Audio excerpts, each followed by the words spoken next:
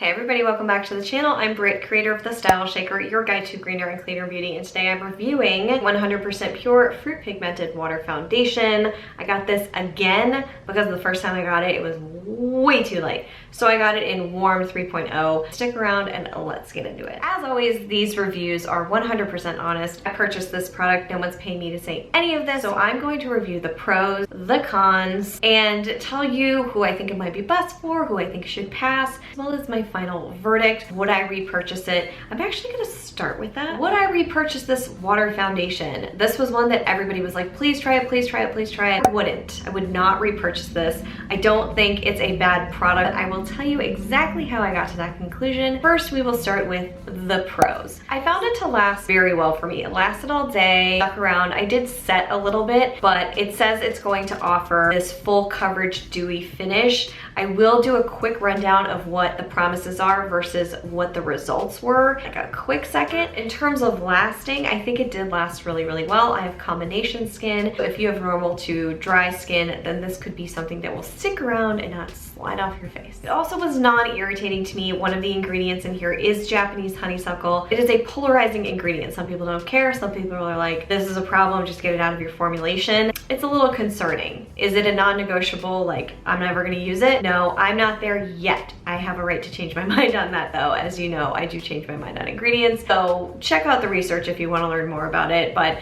overall, it was not irritating to my skin. I do not have highly sensitive skin, so keep that in mind. I will put a list to all the ingredients and their EWG ratings. EWG is not perfect. It is not a perfect science. Some people are like, why even look at it? I find it to be incredibly helpful. So take that with a grain of salt. It's a really good starting point, and then you can do research from there. The other two pros here, great shade range, 19 shades. That's fantastic. And then the consciously created product question on the scorecard. Yes, it is glass, although this I think is plastic and the pump would have to be disassembled. It's not perfect. It didn't get an overwhelmingly positive score there, but the fact that this is glass and it's cruelty-free are winning pros in my book. The cons, like I previously mentioned, the Japanese honeysuckle could be a con. Skin looking like skin, so coverage here. This was the biggest reason why I will not be repurchasing. Now, my skin doesn't look like skin in the sunlight. I'll show you a application video, an application demo, so you can see what it's like applying. I think that it offered some good coverage once I built upon it, but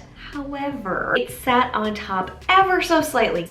Ever so slightly. I sponged, I used the sponge, I tried the kabuki, I used the fingers, I exfoliate, I do all the things just to make sure that I'm testing it fully and to get to an objective answer in the test kitchen. But it just sat on top a little bit for me, and because of that, I like something that melts into the skin. That's the kind of foundation. It's why I often lean, to be honest, to tinted moisturizer, CC creams, and BB creams. I have a list of my favorites, by the way, below if you want to know. But I lean towards those because they melt into my skin. They feel really good. This, I know, I can tell immediately after applying it that while it did even out, it just didn't give me that melting into the skin that I wanted. And then as a result of that, it didn't really blend well with the other products. I wouldn't say it was streaky or anything, but I just wasn't a fan of how it not only looked on top of the skin and then how it interacted with other products. So those are the pros and the cons. What does this promise, and does it do what it says it's gonna do, or did it do that for me? It says it will provide flawless full coverage. Did it do that? No, it didn't. So that didn't happen for me. I had to build it more than once. I had to apply a second layer for it to really build into a fuller coverage. Once I did, I saw a medium to full coverage. If I set it, then it would probably be more full, but it would look not so great. No, it kind of missed the mark there. It says it has a satin semi-dewy finish. Kinda, yeah. It kind of gave me that. If it didn't sit on top, it would have given me that. It's not that dewy, glowy kind of finish at all. It's sort of that middle of the road finish, but it looks moisturizing. Again, if it didn't sit on top of the skin, it would be much better. But yeah, I think it did achieve that. And then it talks about how this is hydrating. I did find it to be hydrating. It certainly wasn't drying. It wasn't drying, but I used so much stuff to prep